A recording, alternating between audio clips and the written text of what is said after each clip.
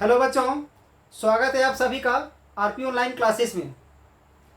तो मैं आरपी यादव आज का इस क्लास में 2024 में जो हाफ ईयरली एग्ज़ाम होने वाला है, यानी ऐसे वन का जो एग्ज़ाम होने वाला है जिसका डेट भी आ चुका है, जो 4 तारीख को होने वाला है, 4 अक्टूबर को, उसके लिए 12th क्लास फिजिक्स का कुछ इम्पोर्टेंट क्वेश्चंस हम बताने वाले हैं। तो अगर इस चैनल में आप लोग नए हैं तो चैनल में बने रहने के लिए चैनल को सब्सक्राइब कर दे, बेल आइकन को दबा दे, ताकि इसी प्रकार का लेटेस्ट वीडियो आपको समय पर मिल जाए, उसका आप समय पर लाभ उठा सके। आज तो इस क्लास में हम 2024 हाफ ईयरली एग्जाम जो झारखंड बोर्ड के द्वारा लिया जा रहा है उसमें 12th क्लास का इम्पोर्टेंट क्वेश्चन, हम ऑब्जेक्टिव क्वेश्चन हम बताने वाले हैं। इसके अगले वीडियो में हम केमिस्ट्री और फिजिक्स का भी क्वेश्चन बताएंगे। तो चलिए आज हम लोग फिजिक्स 12th क्लास का कुछ इंपॉर्टेंट क्वेश्चंस देखते हैं। देखिए, ये है हमारा यूनिट 1 इलेक्ट्रोस्टैटिक्स, यानी इसमें 2 एक्सरसाइज आ जाता है, electric charge and field and electrostatics potential and capacitance. तो इसमें ऑब्जेक्टिव क्वेश्चंस है जो एमसीक्यू टाइप क्वेश्चन है, तो ध्यान दोगे।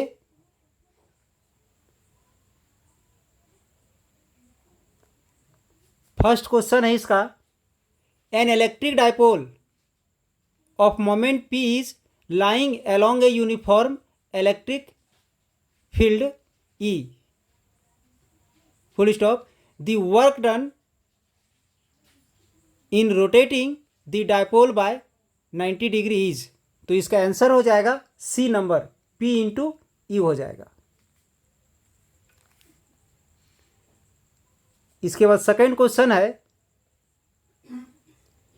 3 capacitors each of capacitance C are connected in series, यानी 3 कैपेसिटर है जिसको सीरीज में कनेक्ट किया गया है, their equivalent capacitance will be. तो इसका इक्विवेलेंट कैपेसिटेंस क्या हो जाएगा? तो इसका इक्विवेलेंट कैपेसिटेंस हो जाएगा C/3। इसके बाद 3 नंबर है,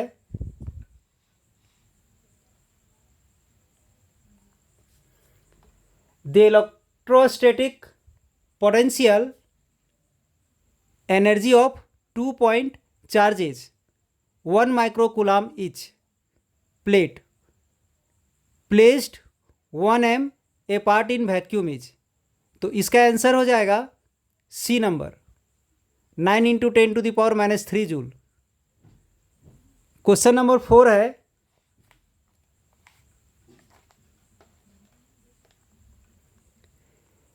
a positively charged body has. तो एक पॉजिटिवली चार्ज बॉडी में क्या होता है? एक्सेस ऑफ इलेक्ट्रॉन्स होता है, या डिफिशिएंट ऑफ इलेक्ट्रॉन्स होता है, या एक्सेस ऑफ प्रोटॉन्स होता है, या डिफिशिएंट ऑफ प्रोटॉन्स होता है। तो इसका आंसर हो जाएगा बी नंबर। 5 में है, 2 charged spheres which are separated at a distance d exert a force F on each other. If charges are double and distance between them is double, then the force is. तो इसका force क्या हो जाएगा? यानी force इसका हो जाएगा F।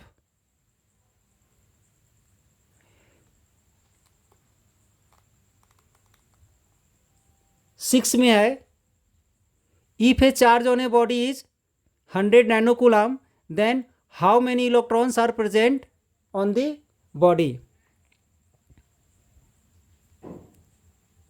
यानी इसका आंसर हो जाएगा D number, 6.25 × 10⁻11। Which one of the following is the SI unit of the electric field.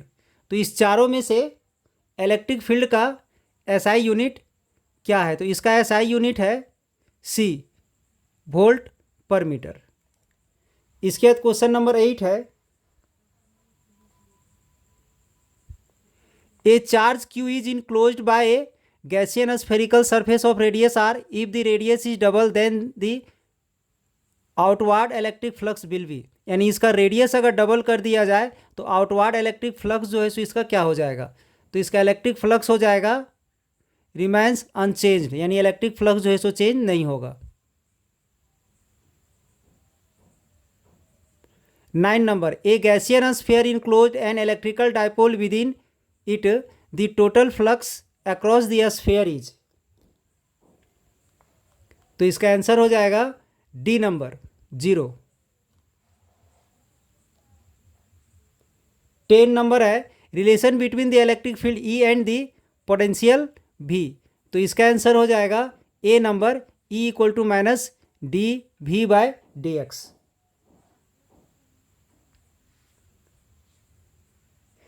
11 number में है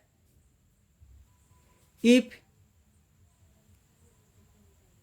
E be the electric field strength of a short dipole at a point on its axial line and E that on the equatorial line at the same distance, then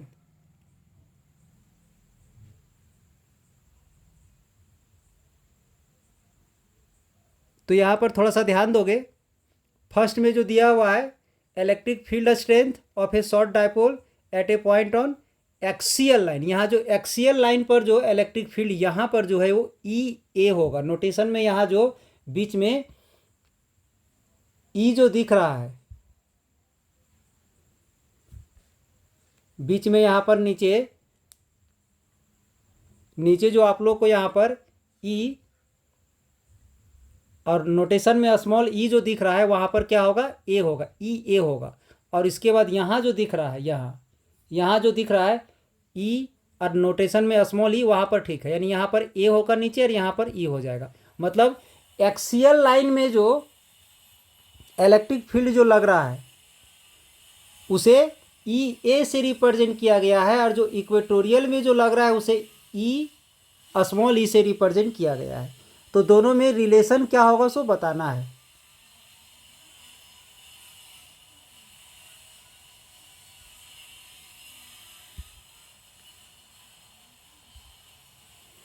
तो इसका answer हो जाएगा B number. और ऐसे भी ध्यान दोगे, ये झारखंड बोर्ड 2022 में भी क्वेश्चन आया हुआ है। यहाँ भी देखिए कि झारखंड बोर्ड 2022 में क्वेश्चन आया हुआ है। ये भी जो हमारा है झारखंड बोर्ड 2022 में क्वेश्चन आया है। मतलब यहाँ जितना सारा क्वेश्चन हम बताए हैं सब काफ़ी इंपॉर्टेंट क्वेश्चन है। यहाँ पर सभी में ध्यान दोगे, कहीं ना कहीं लिखा हुआ है। 2017 में आया हुआ है, 2017 में आया है, 2018 में क्वेश्चन आया हुआ है। मतलब जो भी क्वेश्चन आप लोग को अभी बताया जा रहा है सब इंपॉर्टेंट क्वेश्चन है, यानी इस क्वेश्चन को एक बार देख करके जरूर जाएंगे। इसके बाद है 12th में SI unit of the magnetic field. तो मैग्नेटिक फील्ड का जो एसआई यूनिट होता है वो होता है टेस्ला, ध्यान रखोगे। इसके बाद 13 में है magnetic element of the earth are. Magnetic elements of earth are, तो फर्स्ट में है आयरन, निकेल एंड कोबाल्ट, उसके बाद है एल्यूमिनियम, सिल्वर एंड गोल्ड, उसके बाद है 3 quantities that describe the magnetic behaviour of the अर्थ। तो इसका आंसर सी नंबर होना चाहिए, क्योंकि मैग्नेटिक एलिमेंट्स का डिफिनेशन में आप लोग पढ़े होंगे कि मैग्नेटिक एलिमेंट ऑफ द अर्थ एक ऐसा क्वांटिटी है जो अर्थ का जो मैग्नेटिक फील्ड है उसको कंप्लीटली डिस्क्राइब करता है। तो यानी उसके अनुसार इसका आंसर क्या होना चाहिए, तो सी होना चाहिए। 14 में है the strength of earth magnetic field is, तो इसका हो जाएगा varying from place to place on the earth surface. मतलब हर जगह उसका वैल्यू जो है सो सेम नहीं होता है, स्थान चेंज होने के साथ साथ उसका वैल्यू जो है सो चेंज होते चले जाता है। इसके बाद क्वेश्चन नंबर 15 में है, ध्यान दोगे। 15 में है the angle of dip at the pole and the equator are respectively. तो याद रखोगे angle of dip at the pole, pole पर जो इसका एंगल ऑफ डीप जो होता है अर्थ मैग्नेटिक फील्ड का, वो 90 डिग्री होता है, और इक्वेटर पर जो होता है वो 0 डिग्री होता है। यानी उसके अनुसार इसका जो आंसर है वो डी नंबर होना चाहिए।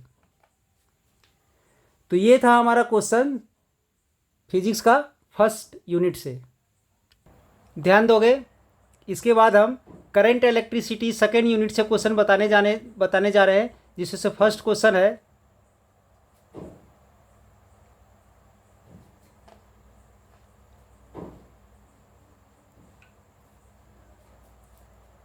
For a conductor, the relation between current density J, conductivity,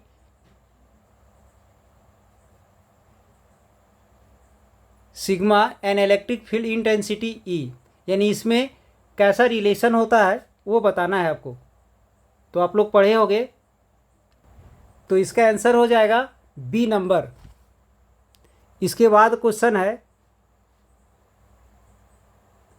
A wire carries a current of 1 microampere if the charge on an electron is 1.6 into 10 to the power minus 19 coulomb, then number of the electron following per second through the wire is।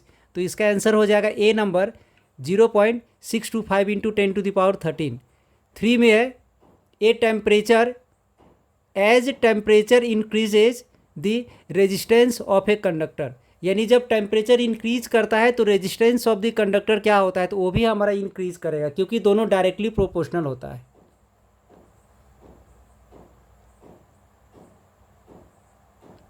इसके बाद question number 4 में ध्यान दोगे, 2 cells of EMF E1 and E2 are internal resistance and internal resistances R1 and R2 respectively are connected in parallel, equivalent EMF of the combination. तो इस ये भी आप लोग कहीं कहीं फाइंड किए होंगे, तो इसका आंसर हो जाएगा ए नंबर। क्वेश्चन नंबर 5 में ध्यान दोगे, an electron having charge E and mass M is moving in uniform electric field E, its acceleration will be. तो इसका आंसर हो जाएगा सी नंबर। सी इसलिए हो जाएगा क्योंकि एक्सेलरेशन का formula Newton second law of motion के अनुसार आप लोग पढ़े होंगे, एफ बाई एम होता है। एफ बाई एम, तो एफ का फॉर्मूला क्या होता है, क्यू इंटू ई होता है। तो क्यू के जहाँ पर यहाँ पर ई आ गया है, Q into E by M आ गया। क्वेश्चन नंबर 6 है, 1 kilowatt hour is equal to, तो 1 किलोवाट आवर किसके इक्वल होता है, तो 3.6 into 10 to the power 6 joule के बराबर होता है। इसके बाद क्वेश्चन नंबर 7 में है, if a uniform wire of resistance 16 ohm is cut into 4 equal parts and attached in parallel combination, then equivalent resistance is,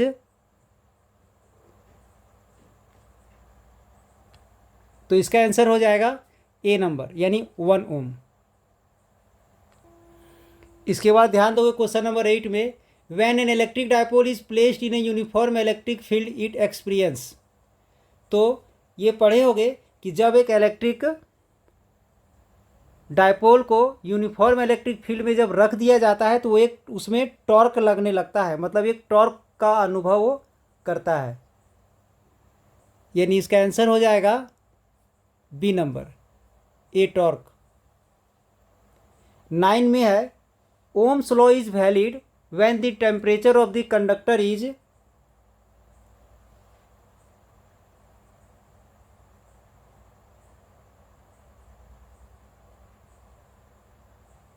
constant. पढ़े होगे आप लोग, ओम्स लॉ में बताया गया है कि at a constant temperature electric current is directly proportional to the potential difference, यानी इसके लिए टेम्परेचर जो है सो कांस्टेंट होना चाहिए, यानी इसका आंसर हो जाएगा डी नंबर। इसके बाद 10 नंबर में ध्यान दो, Kirchhoff's loop rule is based on the conservation of. तो किरचॉफ्स का 2 लॉ बताया गया है, एक जंक्शन लॉ बताया गया है और एक लूप लॉ बताया गया है। तो आप लोग पढ़े होंगे जंक्शन लॉ में चार्ज यानी करंट को कांस्टेंट बताया गया है, मतलब law of conservation of charge होता है उसमें। और वोल्टेज वाला में सेकेंड लॉ में, यानी जिसे हम लोग लूप लॉ बोलते हैं, किरचॉफ्स का जो फर्स्ट लॉ है उसे हम लोग जंक्शन लॉ बोलते हैं, जिसमें कंजर्वेशन ऑफ चार्ज का यूज हुआ है। और सेकेंड लॉ जो है जिसे हम लोग लूप लॉ बोलते हैं, उसमें कंजर्वेशन ऑफ वोल्टेज का यूज हुआ है या कंजर्वेशन ऑफ एनर्जी का यूज हुआ है। तो इसका आंसर आ जाएगा C number, conservation of energy, यानी सी नंबर हो जाएगा इसका।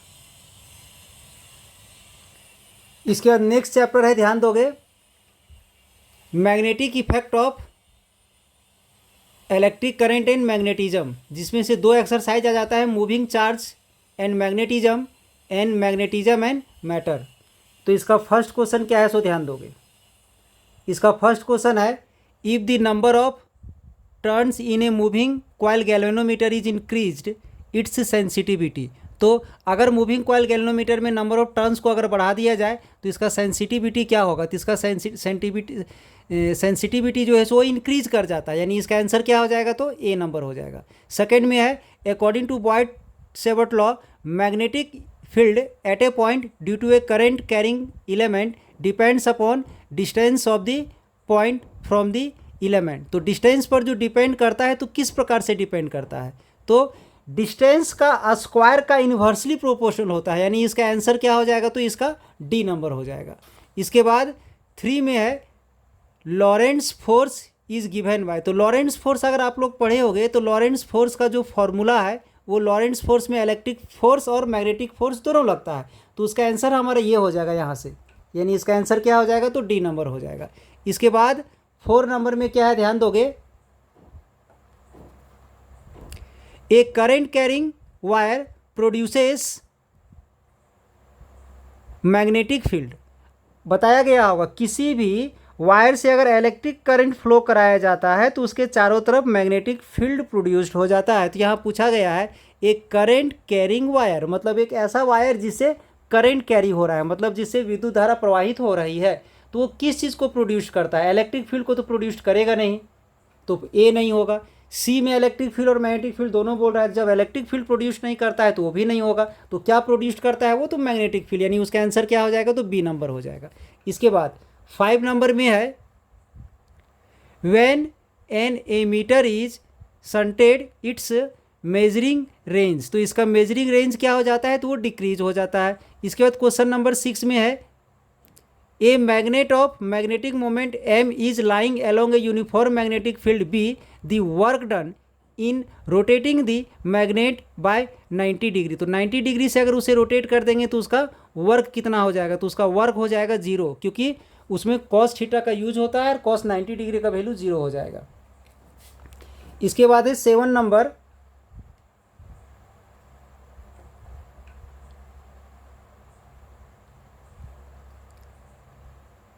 Magnetic susceptibility of platinum is 0.0001 its relative permeability. तो इसका रिलेटिव परमेबिलिटी कितना हो जाएगा, तो हो जाएगा 1.0001।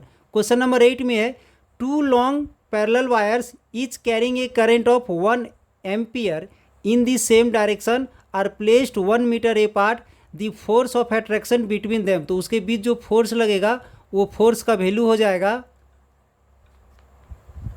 ए नंबर होगा इसका 2 × 10⁻⁻7 न्यूटन पर मीटर। इसके बाद क्वेश्चन नंबर 9 है, ध्यान दोगे,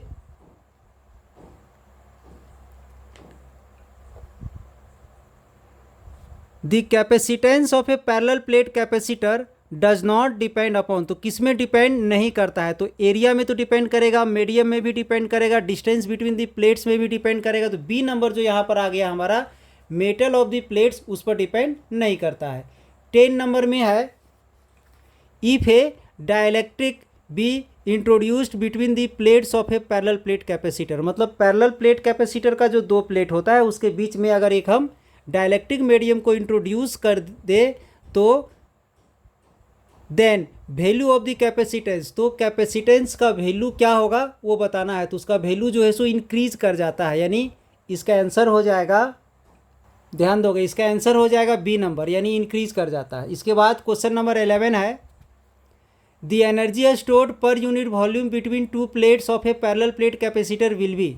तो इसका आंसर हो जाएगा A number 1/2 epsilon naught into capital E. इसके बाद 12 नंबर क्वेश्चन है in the series combination of 2 और मोर देन 2 रेजिस्टेंसेस, यानी 2 या 2 से अधिक रेजिस्टेंसेस का सीरीज कॉम्बिनेशन अगर कर दिया जाएगा तो इसमें किस प्रकार का परिवर्तन दिखेगा। तो ध्यान दोगे, वो सबसे पहले बोला गया है the current through each resistance is same, the voltage through each resistance is same, neither current nor voltage through each resistance is same. उसके बाद both current end voltage each resistance R same.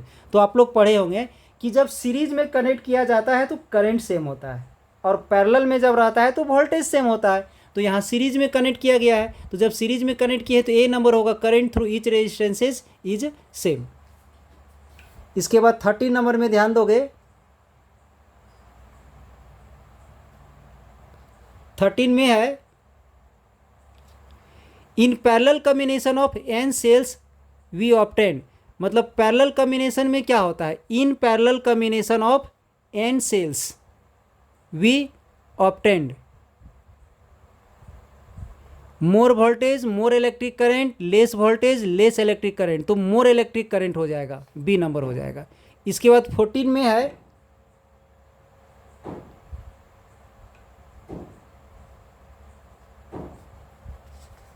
यदि magnetic field B at the centre of a current carrying current loop of the radius R, तो इसमें क्या होगा, B is directly proportional to R, या B is inversely proportional to R, या B is directly proportional to R square और inversely proportional to R square.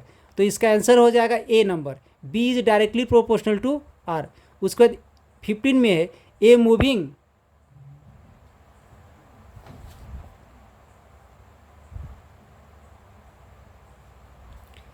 Moving charge particle experience no force while moving through uniform magnetic field, तो इसमें कौन सा answer हो जाएगा, ध्यान दोगे।